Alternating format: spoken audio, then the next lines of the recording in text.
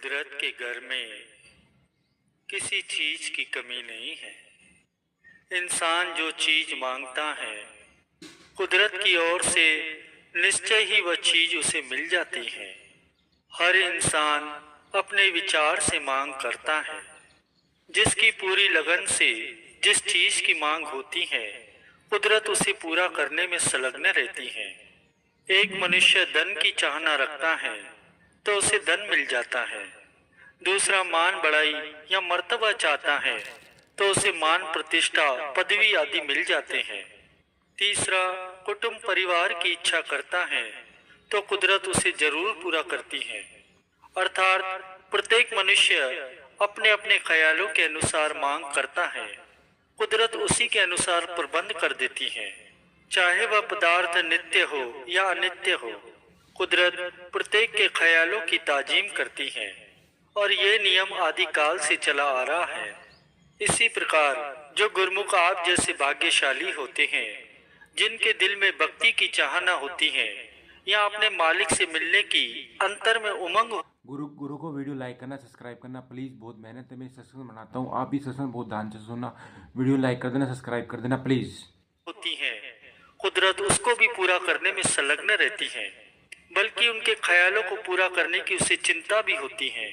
मगर ये देखना है कि आम दुनिया किस चीज की मांग करती है और गुरमुख किस चीज की मांग करते हैं।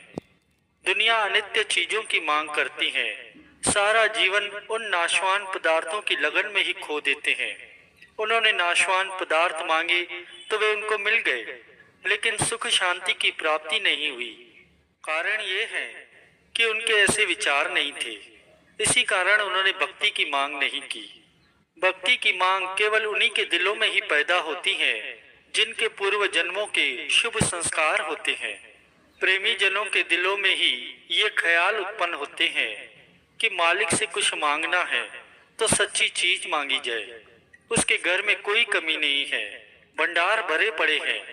जैसा कि यदि कोई राजा के दरबार में जाकर पैसा दो, पैसों की ही मांग करे, तो उसने मांगा भी तो क्या मांगा, हीरे जवाहरात की मांग क्यों न करे। उसी प्रकार मालिक के दरबार में हर चीज के भंडार भरे हैं। नाशवान वस्तुओं की मांग करने की अपेक्षा सच्ची वस्तु क्यों न मांगे। इस प्रकार की मांग गुरमुखों के दिलों में ही पैदा होती है और कुदरत उसे पूरा करने के लिए चिंतित रहती है। आज आप प्रत्यक्ष देख भी रहे हैं कि जिज्ञासुओं के शुभ संस्कार थे, उनकी सच्ची मांग थी। जो यह अद्वितीय लासानी श्री परमहंस अद्वैत मंदिर की स्थापना की गई, तो अब गुरमुखों का क्या कर्तव्य है। जिस प्रकार आम संसारी जीव अपनी संपत्ति को बढ़ाने के लिए, चाहे वे पदार्थ अनित्य हैं, परंतु उनके लिए साधन बनाकर दिन रात परिश्रम करते हैं ताकि वे अधिक से अधिक धन कमा सके। गुरमुख जन जिन्होंने भक्ति का धन एकत्र करना है, उनके लिए सत्पुरुषों ने ऐसे भक्ति के साधन बना दिए हैं ताकि वे भक्ति की सच्ची कमाई करके सच्चे सुख को, परम आनंद की प्राप्ति कर सके। सत्पुरुष फरमाते भी हैं कि बजहूं गोविंद बुली मत जाऊ, मानस जन्म का यही लाऊ।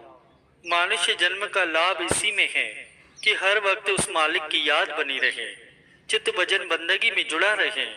सत्पुरुषों की संगति में आने से ही मनुष्य को ये पता चलता है कि अपने जीवन में किस प्रकार से भक्ति धन कमाना है। उसके लिए सत्पुरुषों ने जगह जगह श्री मंदिरों की स्थापना कर दी ताकि गुरमुख जन अपने दिल में वह दर्शन ध्यान बसा सके, जिससे दिल से बाकी दुख देने वाली मलिनता निकल जाए और एक मालिक का ध्यान ही बसा रहे और उसी दर्शन ध्यान से सच्चा सुख आनंद मिलता रहे। यह सच्चा धन इस लोक में भी साथ रहता है और परलोक में भी काम आता है। यही सच्ची पूंजी और सच्ची जायदाद है। इस जायदाद को संभाल कर रखना है। इसके लिए क्या करना चाहिए? गुरमुखों का ये फर्ज हो जाता है कि हर रोज सत्संग में आकर विवेक प्राप्त करे, जिससे अपने जन्म की सफलता का निर्णय कर सके कि हमारा जन्म किस कदर कीमती है। विवेक से काम लेते हुए समय का मूल्यांकन करना है। भक्ति के पांचों नियमों की श्री आरती, पूजा, भजन, सिमरन, सत्संग, सेवा और दर्शन ध्यान का लाभ उठाते हुए अपने जीवन को सफल बनाना है। ते दिन भय अकारती संगत पही न संत, प्रेम बिना पशु जीवना, भक्ति बिना भगवंत। सत्पुरुषों की संगति के बिना जीवन निरर्थक है। प्रभु प्रेम के बिना जीवन का न कोई अस्तित्व है और ना ही कोई मोल है। मालिक की भक्ति और प्रेम के बिना जीवन थोथा और अधूरा है। सत्संगति का सौभाग्य करोड़ों जन्मों के पुण्य एकत्र होने पर ही मिलता है। करोड़ जन्म तो केवल गिनती के हिसाब से कहे गए हैं, परंतु इसका तो कोई हिसाब ही नहीं लगाया जा सकता। गुरुमुख जन संसार में रह रहे हैं, संसार के कारोबार भी कर रहे हैं, संसार का कार्य व्यवहार भी कर रहे हैं, फिर भी उन्हें आज इतना आनंद मिल रहा है। क्यों? यह आत्मिक आनंद और सुख उसे ही मिलता है जिसके हृदय में भक्ति और प्रेम की लगन जागरूक हो चुकी है। कहते भी हैं कि love is God, God is love. प्रेम ही परमात्मा है और परमात्मा ही प्रेम स्वरूप है। हार्दिक प्रेम से ही प्रभु परमात्मा को पाया जा सकता है। मनुष्य जीवन का लक्ष्य भी यही है, जिसे पाकर जीव धन्य हो जाता है और उज्जवल मुख होकर दरगाह में जाता है। ऐसे ही हमारे हृदय सम्राट श्री सद्गुरुदेव महाराज जी, श्री पंचम पातशाही गुरु महाराज जी के पावन श्री चरणों में एक भक्तानी ने विनय की, स्वामी जी मुझे ऊंचा सुनाई देता है। तब श्री गुरु महाराज जी ने पूछा कि तुम्हारी आयु कितनी है? तो उसने विनय की, स्वामी जी 30 वर्ष। तब पावन श्री वचन हुए कि इतनी छोटी उम्र में इतना कम क्यों सुनाई देने लगा है? कहने लगी कि मुझे खट्टे चने बहुत ही पसंद हैं। डॉक्टर कहते हैं कि अधिक खट्टा खाने के कारण तुम्हें कम सुनाई देता है। तब श्री गुरु महाराज जी मुस्कुराते हुए फरमाते हैं, पहले खट्टे चने में जब नौकरानी ने बेहोशी की दवा मिलाकर तुम्हें खिलाई थी और सब कुछ लूट कर ले गई थी, वह बात भूल गई है? यही तो भूल है इंसान की कि माया में फंसने से उसका किस प्रकार से नुकसान होता है, किंतु फिर भी उसी राह पर चलते हुए वह तनिक भी सोच विचार नहीं करता और घाटे का सौदा किए ही जाता है। आखिर एक दिन उसे पछताना ही पड़ता है। तब उस भक्तानी ने विनय की कि स्वामी जी खाने पीने की उम्र में मैं ये खट्टा कैसे छोड़ सकती थी?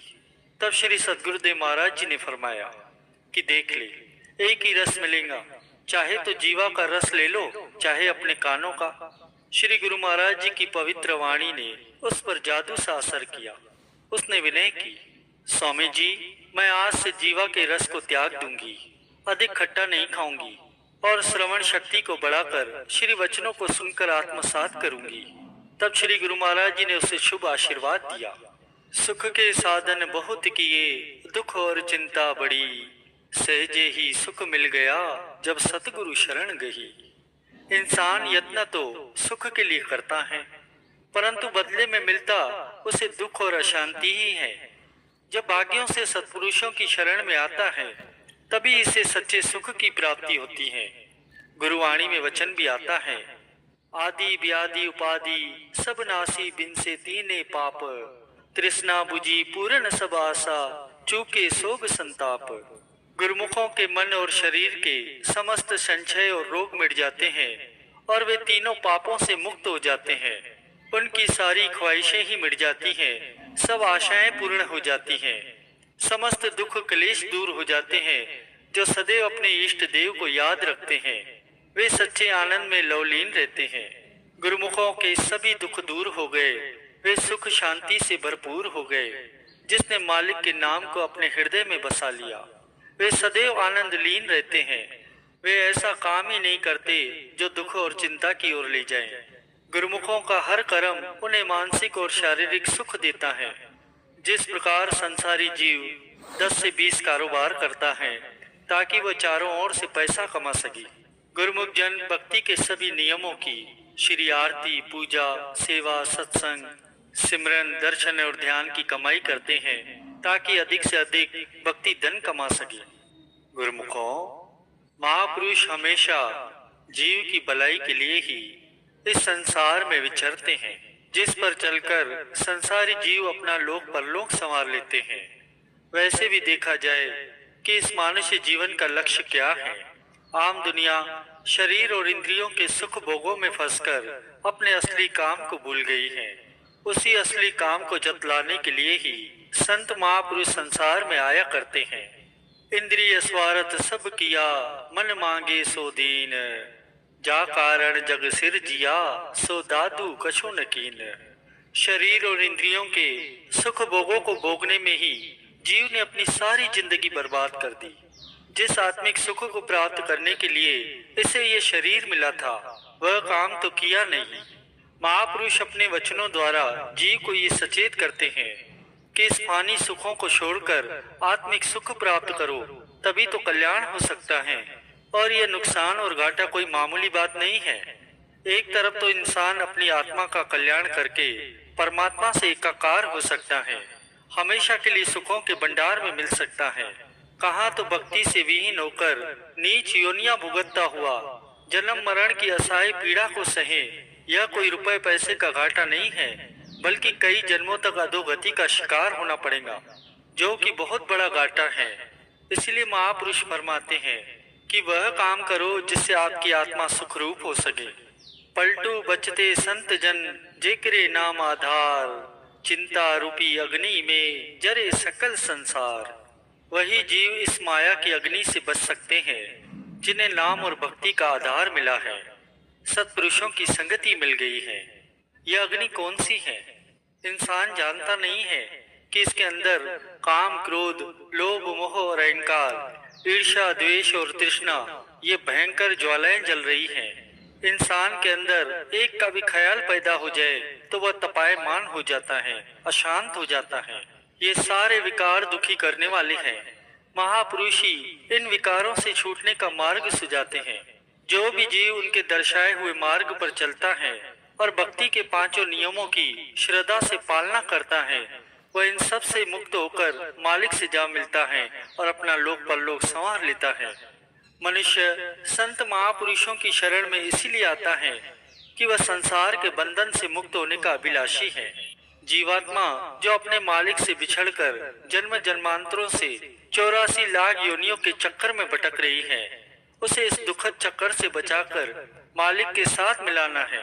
यही वह विशेष प्रयोजन है जिसे लेकर मनुष्य संत महापुरुषों की छत्रछाया की खोज करता है, क्योंकि उनकी सहायता के बिना यह उद्देश्य पूर्ण नहीं हो सकता।